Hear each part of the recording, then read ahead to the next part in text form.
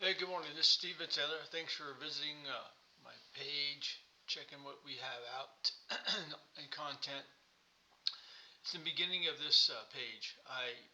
When I was in the military, I rose to a rank where I had influence, and I had worked myself through courses and experience and deployments and all that stuff to become, I think, well-rounded.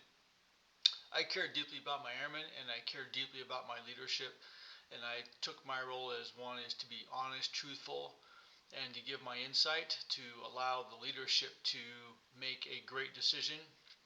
And when I moved on from the military, um, I couldn't be ranked any higher as an enlisted guy. I had topped out where you could go. I mean, can't go much higher than E9, and if I could, I don't know what that would look like anyway. But putting this channel together based on all those experiences, I wanted to become more of a mentor because I think I did a good job of that in the military. And I wanted to kind of extend my skill set to others, usually the younger generation. I worked a lot with 20 to 30, 30 to 40 year olds based on where they were at, what they were doing. And I had a good time, learned a lot from them, and used my experiences to help them achieve their goals. So the last several months, I'm thinking, I'm listening, and I'm learning, and I'm going through all this stuff. And then a tragic event happened about 2 weeks ago, and took the air out of me. Um, I wanted to figure out if I'm going to continue doing what I want to do. I wanted to kind of figure out how to do it as far as mentoring goes, and what do you do for mentoring? One thing I've learned, and I didn't realize how prevalent this was, but it's pretty strong. It's lacking big time. Is purpose and a why for a purpose. I mean, what's your why? And I've discovered along the way that a lot of younger people don't have a purpose or a why. So when you don't have a purpose or a why, what you're trying to accomplish or do, you're vulnerable to being told things that are not necessarily true or half truths, or people conveniently live out certain facts because they want to influence you. They want to dictate your thoughts. They want to influence how you think, and you have to be a critical thinker. And when you have a why and a purpose, you have to be critical because your time is valuable. So to the younger people, I'm gonna put some topics out there because I love real estate. I love getting into it. I love the financial piece of it, creative finance. But I think this is really important. I think it's important that young people understand that when you go to school, you're unconditionally giving uh, the school system an opportunity to teach you, to make you stronger, make you smarter, make you better, make you well-rounded. And I'm discovering the hard way that that is not the case. Schools are becoming uh, one way. It's For example, this country was founded by people or folks, founding fathers, who were oppressed. Uh, they were, and they made a great living. They did a great job. They had great wealth. A lot of them did. Some of them most of them sacrificed everything. But they kept thinking and they kept wondering, if we put together the greatest country in the world, what would that look like? Unlike what I'm sharing with you, they went through these steps. They tried to find.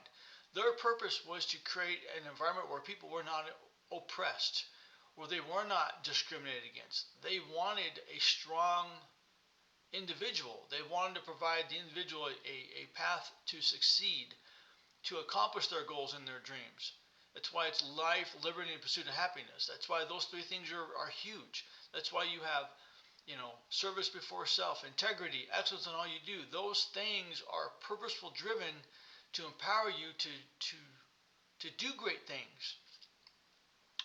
One side says it's all about the community. It is not, and it never has and never will be about the community. The community is about individuals, and those individuals strive to be part of a community, but they're not there to take care of the individual. The community is there as for problem solving, support to some degree, but you have to insert yourself in a community, providing the best value that you can. It's about you accomplishing what you can do to provide for the community, if you will.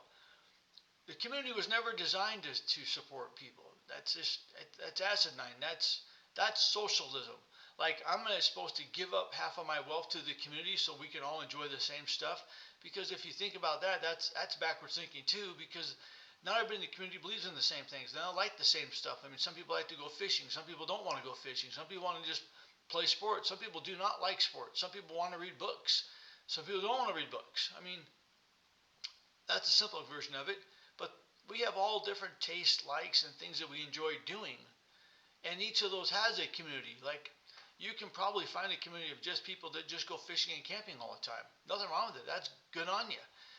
Just like playing sports, obviously team sports. There's lots of teams out there that you can join. Those are communities. And when you strive to be your best for what you're believing in, you fit well in with your community because other people probably strive to do their best. So as I move forward with these videos, I think it's going to be about more, Laura's, mentoring young men and young women to achieve their goals and their dreams, forgetting about the community. Your goal is to maximize your potential. Your goal is to seek what success means to you. Your goal is to accomplish things in your life that make you happy, barring you don't impact somebody negatively, like hurting them or whatever. This social media stuff, getting on social media, I don't care if you're a keyboard typer or a video maker, and pretty much demoralizing somebody because you don't like the way they think or their ideas, that's just ass backwards. That does not work.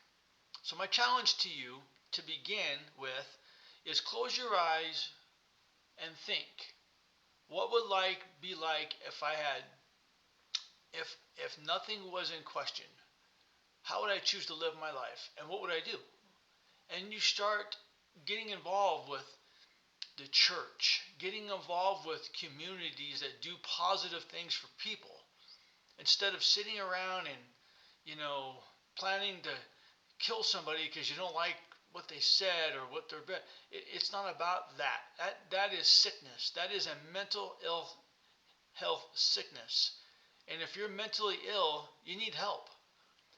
So my closing to this, and then moving forward, I challenge you to sit down, close your eyes, and if there were no barriers to anything, and you could do tomorrow exactly what you wanted to do, I want you to write that down. Close your eyes and envision what that looks like and write it down. And you're going to begin to build a premise of what's a purpose and a why. So when you wake up every day and you see this thing you've written down, it's going to reinforce what your purpose of the day is, what you're trying to do, especially with family and kids. This is what I'm going to do. This is how I'm going to take care of my family. This is how I'm going to maximize my opportunity. This is how I'm going to grow as a person and become the person I want to become. So, having said that, thank you for watching.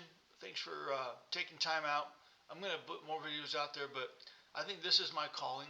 I've been struggling with this for a long time since I exited the military, trying to figure out what to do, what not to do. But I appreciate your time. I appreciate you taking. If you disagree, I don't care.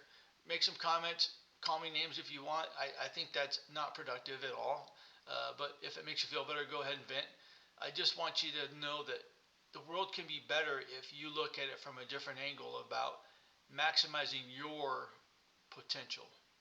Thanks for watching.